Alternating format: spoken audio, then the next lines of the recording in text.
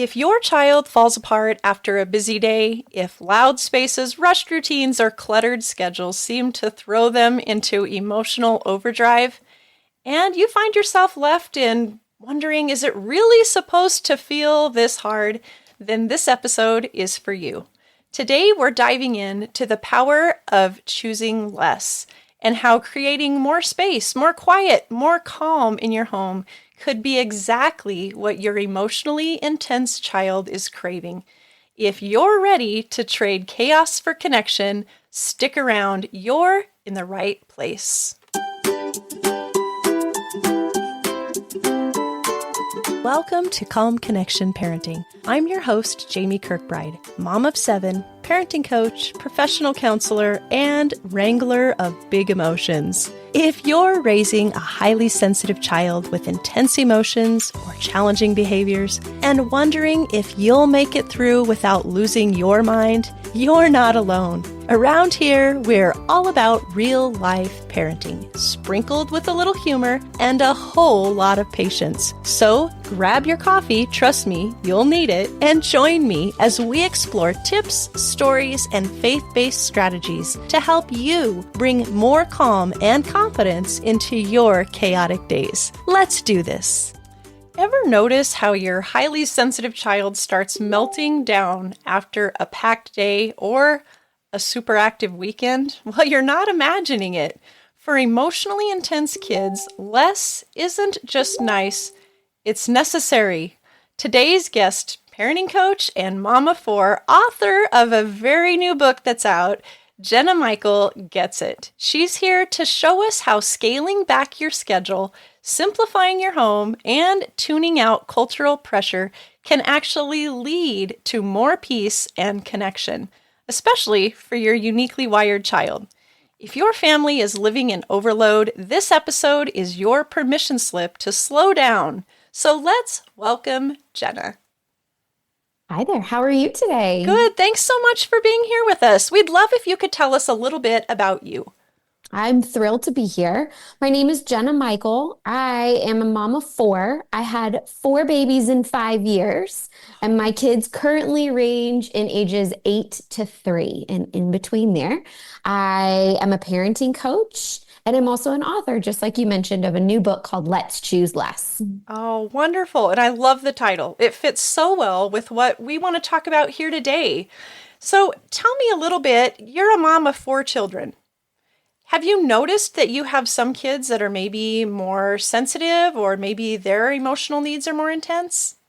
Absolutely. I think every child is unique, just like every adult is unique. Therefore, what works for me might not work for my best friend, and each of my children are all different. And I think it's really neat for them to be able to notice those differences in each other and then embrace them. That's right. That's right. I love that. In our 7 kids, everybody varies a lot in some of their emotionality or their intensity or some of their sensitivities. And so I think it really is important that we learn to not just accept where they are, but embrace that and admire that and appreciate those differences.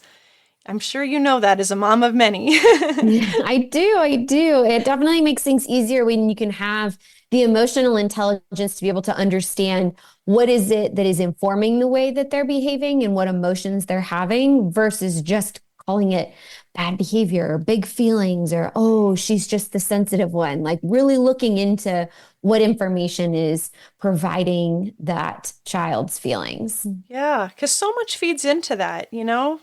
skills, experiences, some of their personality, emotional needs. There's Mhm. so much to it. Tell me this, for parents raising highly sensitive or emotionally intense kids, why is less not just helpful, but essential? Okay, have you ever heard of decision fatigue? You I feel know, like it sounds very familiar. okay, so we're going to go to Target for a minute. Okay. We go to Target and we're in the shampoo aisle, okay? And you look at all the different kinds of shampoos, and there's like a million different kinds of shampoos, and you have no idea which one to pick. That leads to decision fatigue. And kids feel that in almost every decision that they make throughout their day. What clothes am I going to wear? What toy should I play with? What meal should I have? There are a million decisions that we make as parents, and kids don't always have the emotional intelligence or developmental awareness to be able to make a lot of those decisions. So when we can simplify what decisions they're making, whether it's what outfit should we wear today? Or here are your 3 choices for what you can put in your lunchbox. It helps make them more prepared to make choices. And then it also makes it easier as their parents because we could potentially be preventing meltdowns or outbursts or differences in opinion. So Right. yeah, it really helps in a lot of ways. Oh, I think that's so true. And it makes me think too about personality differences. And certain personalities really reject making decisions, really struggle with that making decisions.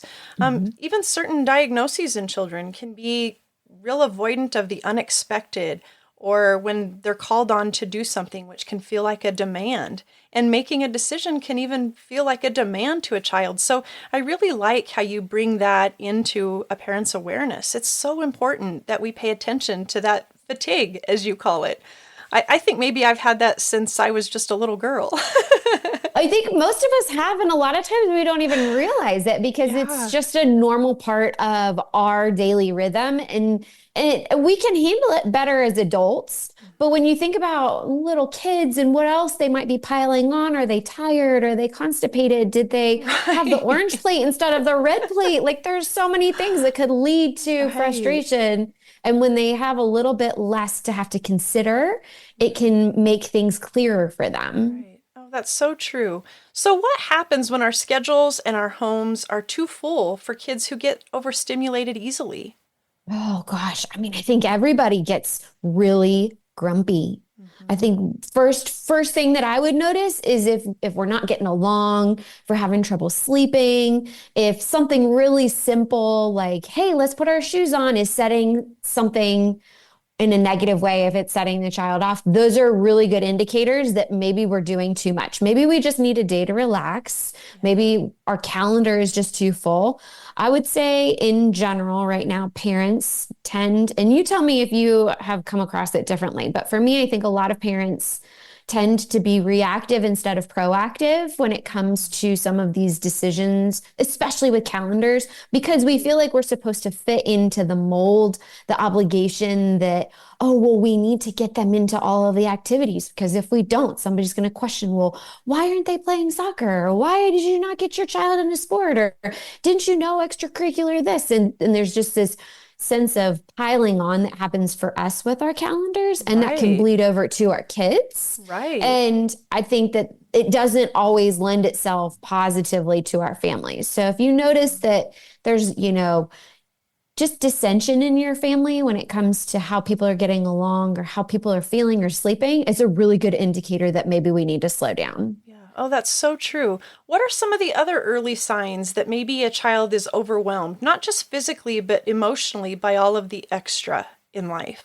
Oh man. Okay. A really big sign for me is when a child can't get into deep play. Mm. So in play, kids can take up to 45 minutes to really deep play zone, and when they get into that they'll be focused on one activity. But if they're constantly just dumping all the bins of their toys out, or they're jumping from one activity to another, or they're in the I'm bored stage, that's not deep play. But what happens is that it also could be that they're just overwhelmed with the options.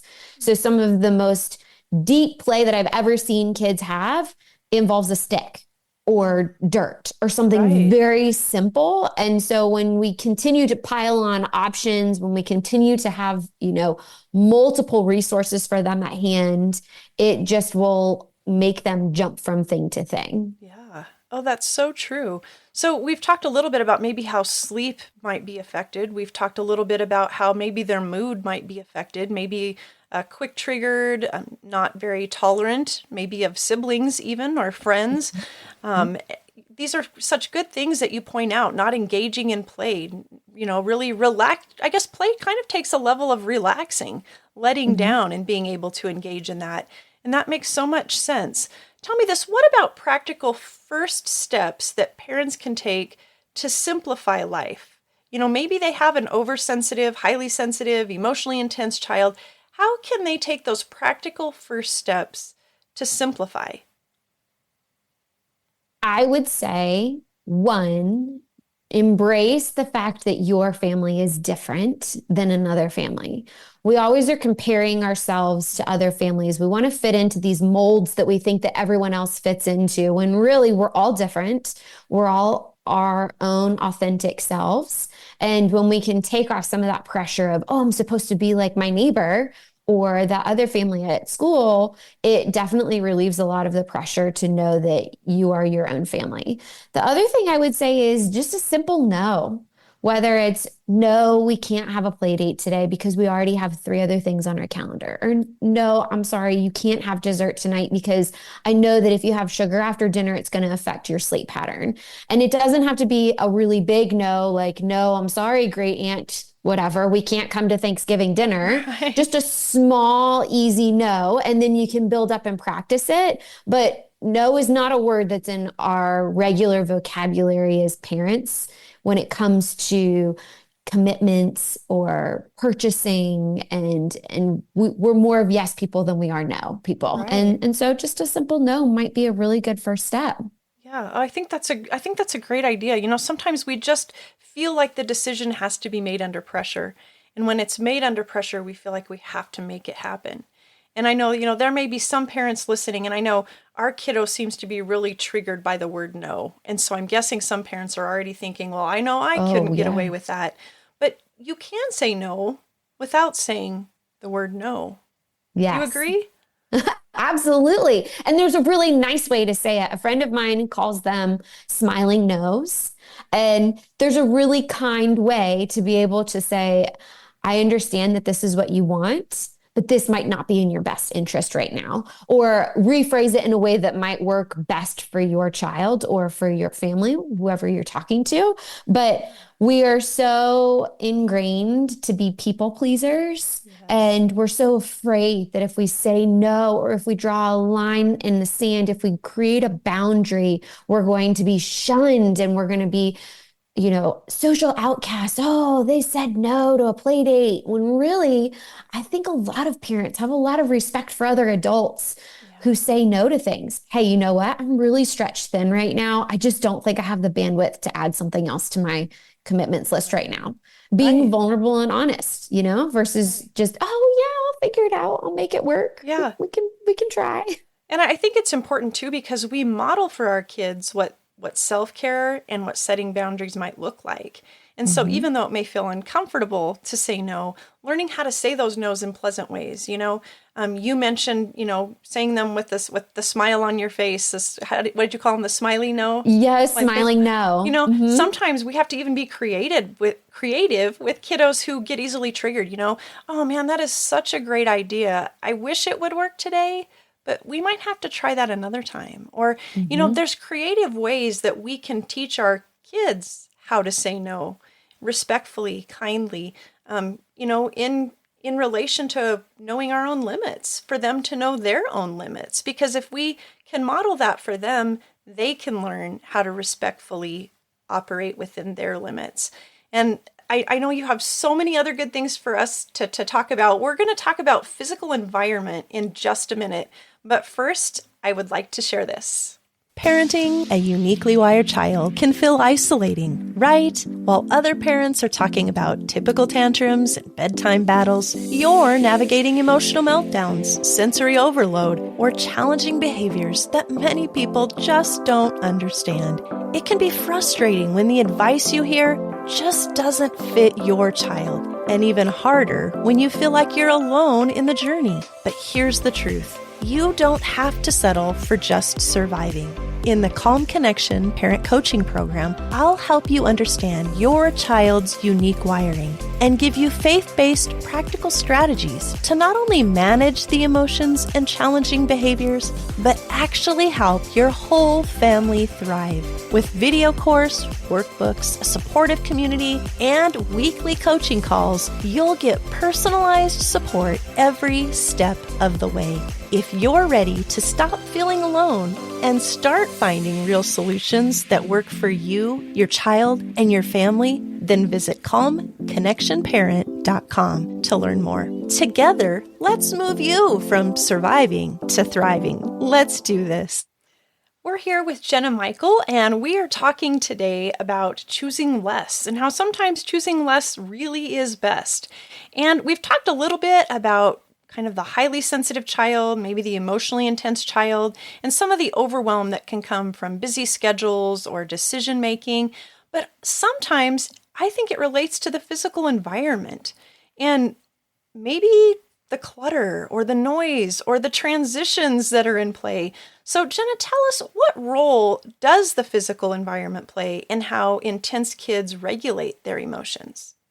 Oh, a huge one. It's massive. And remember, we were talking about going to Target to the shampoo aisle. The same thing happens whether it's their toys or their bedroom or their laundry. I mean, no one knows better than a 4-year-old in a giant pile of laundry that they're trying to figure out where their favorite shirt is and how frustrating that is, right? And I mean, that's my daughter, like every day this week right now. And so when we can take some of those physical environment issues and mitigate them, make them less challenging for them, we're setting everyone up for success. So in some ways, we might feel like a mean parent because we put less toys out, or we do a toy rotation, or we do a capsule wardrobe for our kids. But really what we're doing is we're allowing our kids to operate within boundaries that are safe for them and their mental capacity. Because if we have too many options as adults, we're like, I don't know, what do I do? But a kid, especially a child who may have other things going on, doesn't always have the ability to communicate how their environment is contributing to their distress. Oh, that's so true. Sometimes it seems as though the amount of stress within an environment, whether it's the clutter or the noise, directly relates to the stress you feel internally. And if you think about that on a child's level, imagine the different homes that are just so full of the noise and clutter, what that does to those kids that are so empathic and just take in the stress of an environment. Have you noticed this in kids that you work with? I have. I also find that sensory kids, anyone who has any sort of sensory processing, it's very, very effective for them. Like they just really deeply, deeply feel that. So imagine a really good example is I have one of my daughters does not like big crowds.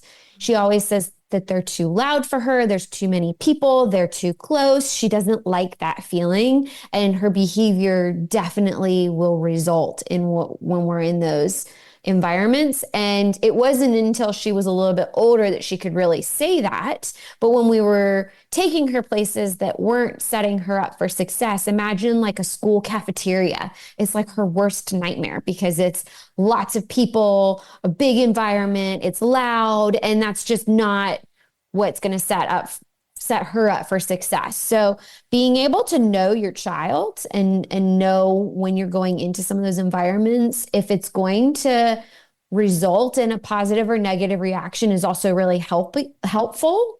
I just don't know always that as adults, we've taken on that lesson that sometimes we have to relinquish our own agenda or our own desires for the benefit of the entire family. Yeah. And to me, this was a lesson in a situation where I had to learn that in my own family. And I've seen it replicated in a lot of other families as well. Yeah. Oh, very interesting.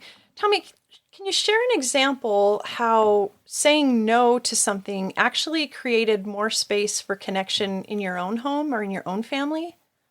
For sure. So we're a homeschool family. And I think for us, a big one would be going against the grain in our area and choosing not to go through the regular school system and not to pay thousands of dollars in private school education and instead choosing to be at home and spend time with our kids. That was an outward no from our family to what's normal in our community. And it has just been so fruitful for our family. It's been such a bountiful decision for us. I mean, our children are just really, truly flourishing under the umbrella of homeschooling. And I know that that's not something that works for everyone.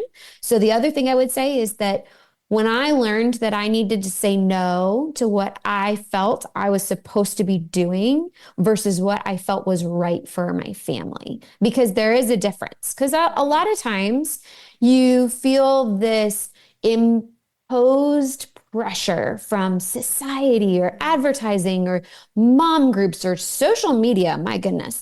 And what I found is that everyone's kind of in that same boat. Some are brave enough to say, no, I don't know that this is right for my family.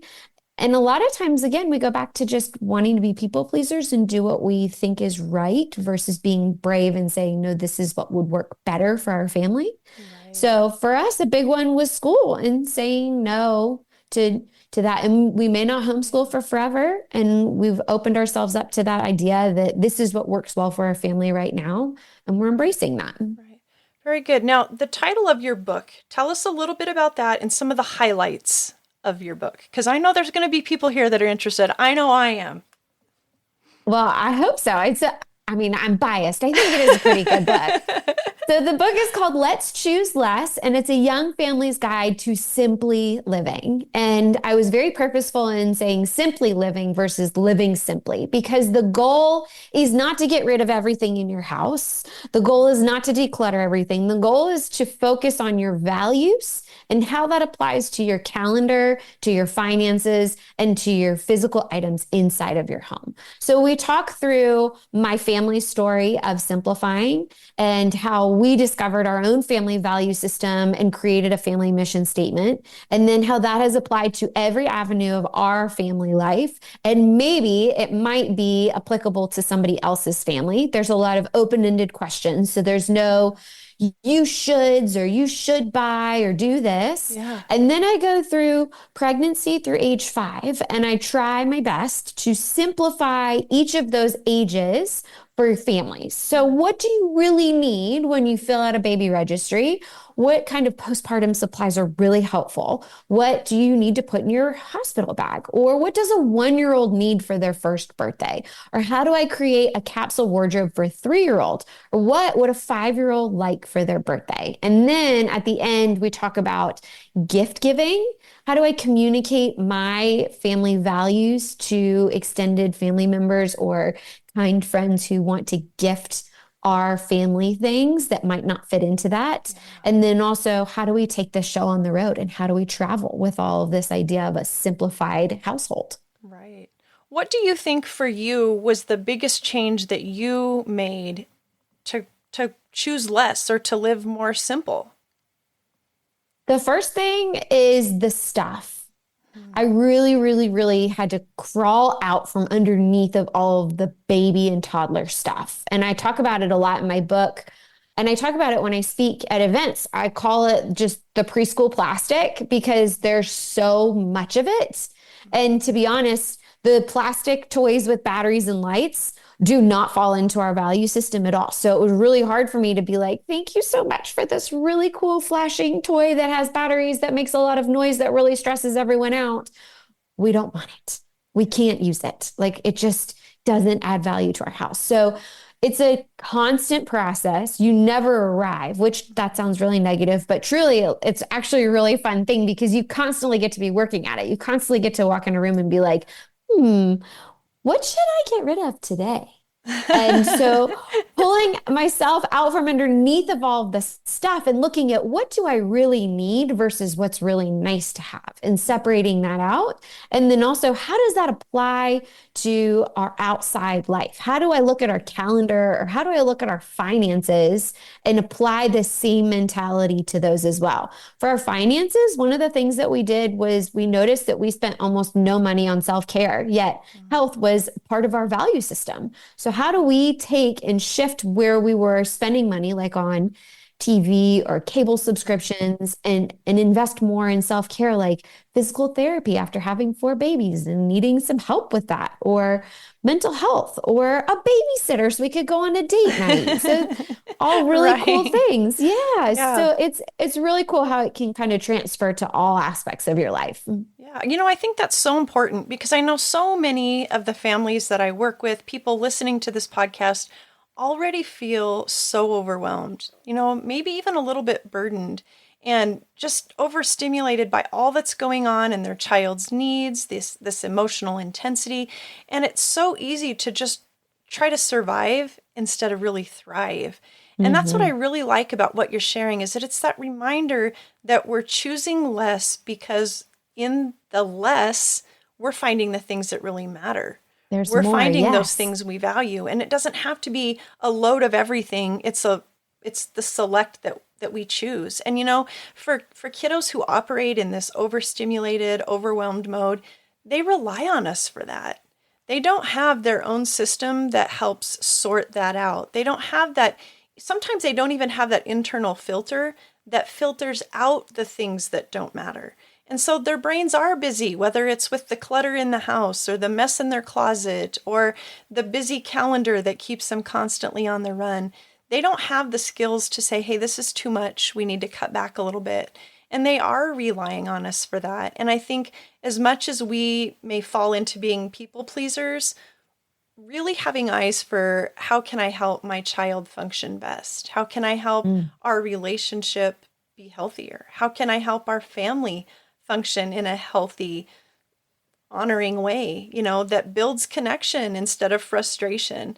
And that's what I love about what you're sharing is that for all families, and especially those who already feel like they're kind of running in the red, this is such an important concept. I really value what you're sharing. I know you also talk a little bit about aligning with your spouse and kind of tuning out the cultural pressure that we might feel. It kind of feeds into some of that people pleasing. So, what does it look like practically when you're parenting these uniquely wired kids that might need extra? Mm. So before we jump to that, I want to go back and just say if you're feeling that overwhelm, your kids likely are feeling that as well because they take their cues from you. And so in those situations, a lot of times I'll ask parents, what's one thing that you're doing right now that you don't have to be doing? Whether it's the laundry today or the dishes today or cleaning up the backyard, whatever it is, if there's one thing that you can take off of your list, sometimes just a small change can help. As far as aligning with spouses, I think this is something that most couples would probably be very interested to talk about because as parents, they're so hard to be able to connect. And then when you have a child that might have a little extra need, then that makes it even harder for something simple like just talking about logistics for your week. What are we going to have for dinner? Or what do we need from the grocery store? Or hey, I'm going to place an Amazon order. Do you need anything? And so one of the ways that we have started in our family and have had many families also work well for them is we do a strategy meeting every week. Mm-hmm. And that's our time to go through logistics for our family. And we have an agenda that we go through. What are we having? What workouts are happening for this week? My husband and I are really active, so we pick which days, what activities are on our schedule, what would affect our normal bedtime rhythm or daily rhythm. For example, we've got our gymnastics showcase show tonight. Oh, And so yeah. that will, I know, but it's going to throw a little wrench in dinner time because it's Yeah. happening during dinner time, right? So it's good to anticipate those things instead of trying to make that decision on the fly because this is where the reactive and the proactive parenting comes in. Yeah. So when you can anticipate your week a little bit because you know your week is not going to go how you planned it. That's right. Somebody's going to get sick, right? The dishwasher is going to break. The air conditioner is going to start leaking, whatever it is. But if you Right. can have just even a little bit of a plan or an alignment or connection with your partner before your week starts, it does set you up for success. And one of the ways that we do it is we actually will save screen time if you're a screen time family, and we will allow our children that, 1 hour. Hey, look, this is your 1 hour of screen time. Mom and dad are going to have a meeting. Mm-hmm. Or we'll do it. We're morning people. So we actually, it's very hard to find them, but we love having an early morning babysitter. So we'll have somebody come at like Oh, 5:30 wow. in the morning Oh while our my kids are still goodness. asleep. I know.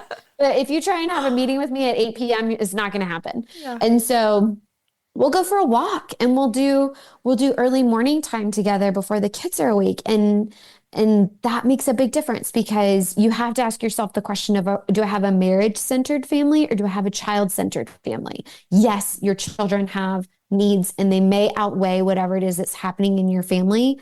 But if your marriage is being cared for, or if your partnership is being cared for, it will bleed over to your child. They will feel those effects as well. And when you're aligned with your partner, your child will also feel that as well. They feel the security and the safety of that. That's so Mhm. important. And I think we always call ours a family meeting, and we trade who gets to be the one that runs it. So the kids might be the one that run it and start it and open it. We usually, put a game or something fun around it. So it's something for them to look forward to. So whether you do it as a couple or as a family, those times are so important because it helps you prioritize together. Where are we going to put our energy and our time and our emotion this week? And where might we not have that extra? And it helps you see where is the white space and how can we build in more white space. And if you're not Yes. building in enough white space, that is when a lot of these behaviors can really escalate. A lot of times kiddos' behaviors are an indicator of a need. And it may be something that they don't even know how to articulate. So when we read those behaviors, we can adjust the way we approach our schedule or our environment or our busyness, our activities, whatever it is. So I love what you've shared for us. Those are great ideas as far as getting on the same page. What a powerful reminder today has been that less really can lead to more. More peace, more connection, more room for our emotionally intense kids to thrive. Jenna's message is one that hits home for so many of us who feel caught between this cultural pressure to do it all and the deep knowing that our child simply can't function well in that kind of overwhelm. Choosing less doesn't mean doing less for our child. It means doing what truly matters with them in mind. If you're raising a child who feels deeply, they react strongly, they struggle when life is too loud, too fast, or too full, this conversation is your invitation to just step back and simplify. Whether it's saying no to that extra activity, clearing physical clutter, or loosening maybe your grip of perfection or your personal expectation, every small shift creates more space. More space for that calm and connection that you and your child both desire. And that space is really where transformation begins. Speaking of transformation, I would love to invite you to attend the Calm Connection Parenting Summit. It begins May 13th through the 16th. We are featuring 16 parenting experts that can offer practical strategies to move from overwhelm and tension to calm and connection. Each day, 4 expert sessions will post for you to watch at your own convenience. New videos will be posted each morning of those 4 summit days for you to enjoy. And a special summit Facebook group is going to be taking place where you can interact, ask questions, play a fun summit bingo game, and even get some personalized attention and encouragement. Who doesn't need that, right? So if you're raising a child who's highly sensitive, emotionally intense, or exhibiting those baffling behaviors, you could use some practical tips, strategies, and hope to be more effective in parenting. This summit was created with you in mind, and you won't want to miss it. So be sure to visit calmconnectionparent.com/summit. Enroll in the Calm Connection Parenting Summit today. It will help you find your calm and confidence and the support of experts who really do truly get it. Jenna, thanks so much for your insights, your wisdom, the great ideas that you shared with us today. Parents, I Thank want to, you. yes, thank you. I was just Parents, going to say thank you. yes. Parents, I want to give you permission to slow down. Your child doesn't need a perfect parent. They just need a present one. And when we simplify, we can be more present. Sometimes being present starts by choosing less. Thanks for joining us today. I hope this episode gives you a breath of fresh air and a few practical ways to bring more peace into your parenting. Let's choose less and experience more of what matters.